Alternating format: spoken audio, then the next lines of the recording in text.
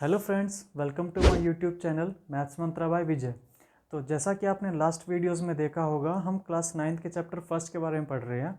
और last video में आपने देखा होगा हम रेशनल और इरेशनल नंबर के बारे में पढ़ रहे थे।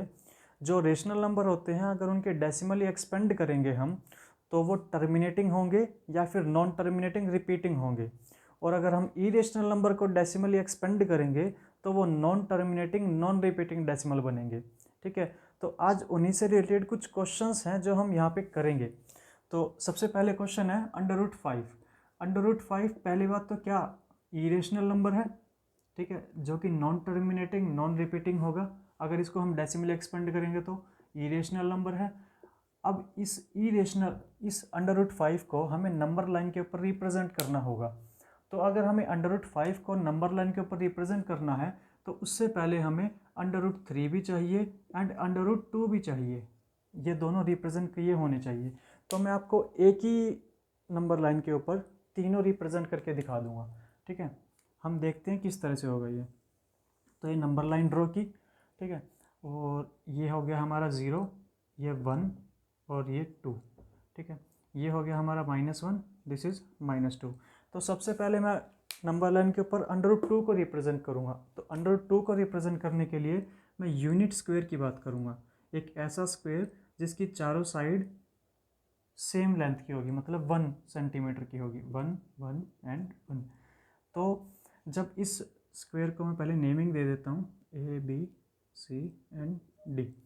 तो इसके जब डायगोनल की हम बात करेंगे, ठीक है, ये इसका डायगोनल हुआ।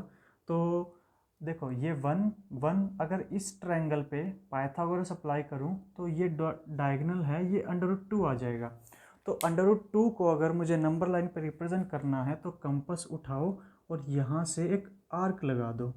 जब यहाँ से एक आर्क लगा जो बनेगा इसको हम क्या बोलेंगे, ये होगा हमारा √2।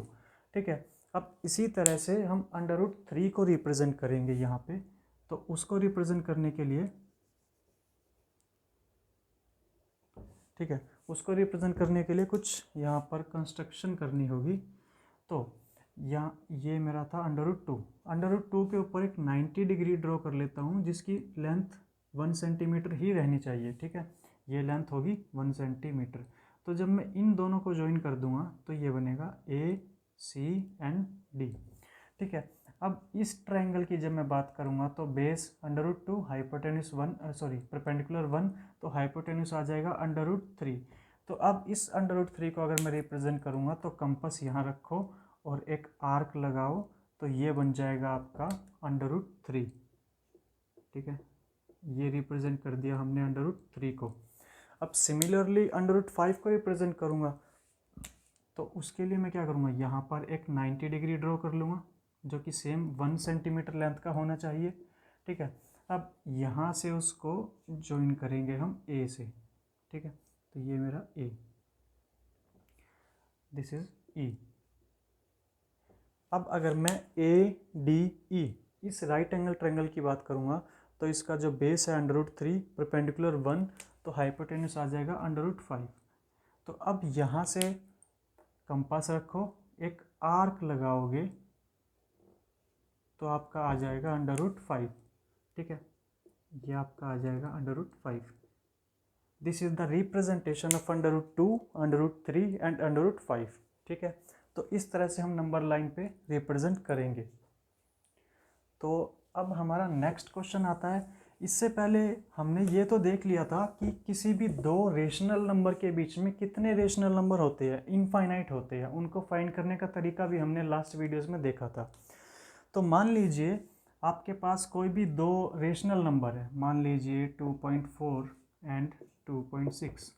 तो इन दोनों के बीच में अगर मुझे इरेशनल नंबर फाइंड करना हो तो देखिए, इरेशनल नंबर हमने लास्ट वीडियो में देखा था।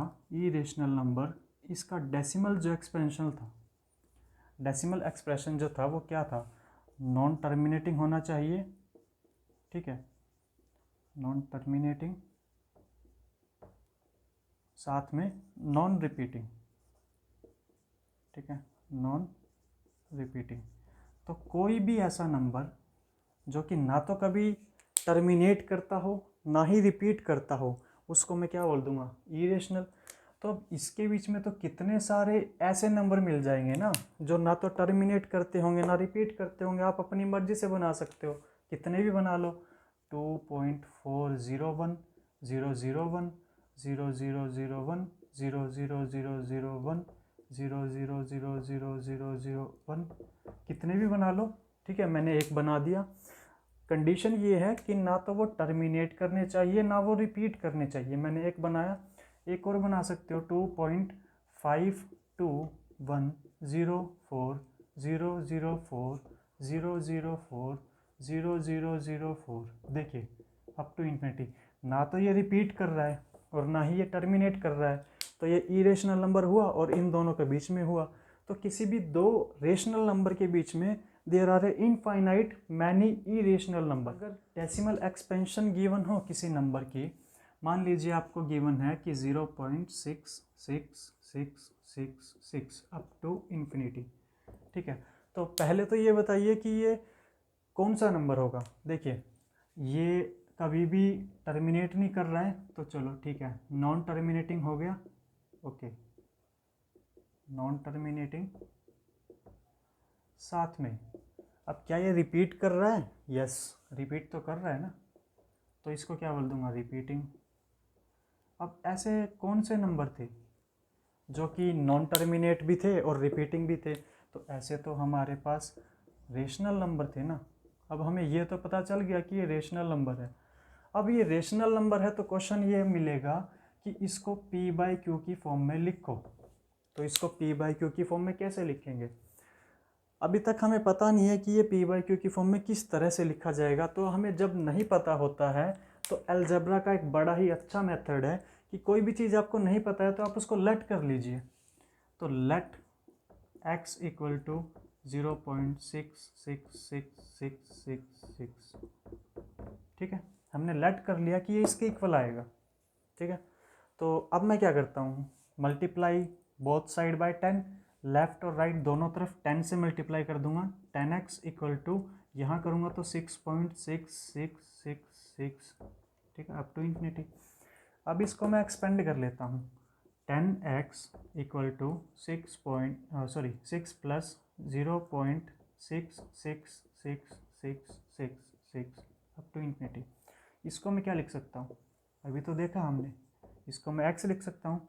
सो 10x equal to 6 plus x। तो अब देखिए आप इक्वेशन बन गई, एक इक्वेशन बन गई। तो यहाँ से आप x की वैल्यू बिल्कुल आराम से निकाल सकते हो। तो क्या आ जाएगी? 9x equal to 6। तो यहाँ से आ जाएगा x इक्वल टू 6/9, और जब इसको कट करोगे तो आ जाएगा 2/3। सो हमारा क्वेश्चन हो गया। तो जो ये था 0.666 था, इसको मैं 2/3 ऐसे लिख सकता हूँ। ये आ गया हमारा p बाई क्यू की फॉर्म में and q not equal to 0। ठीक है, तो ये कुछ क्वेश्चंस थे हमारे जो अभी तक हमने टॉपिक्स किए थे उनके बेस के ऊपर थे। ठीक है, तो आज के लिए इतना ही। Please like share and subscribe to my channel. Thank you.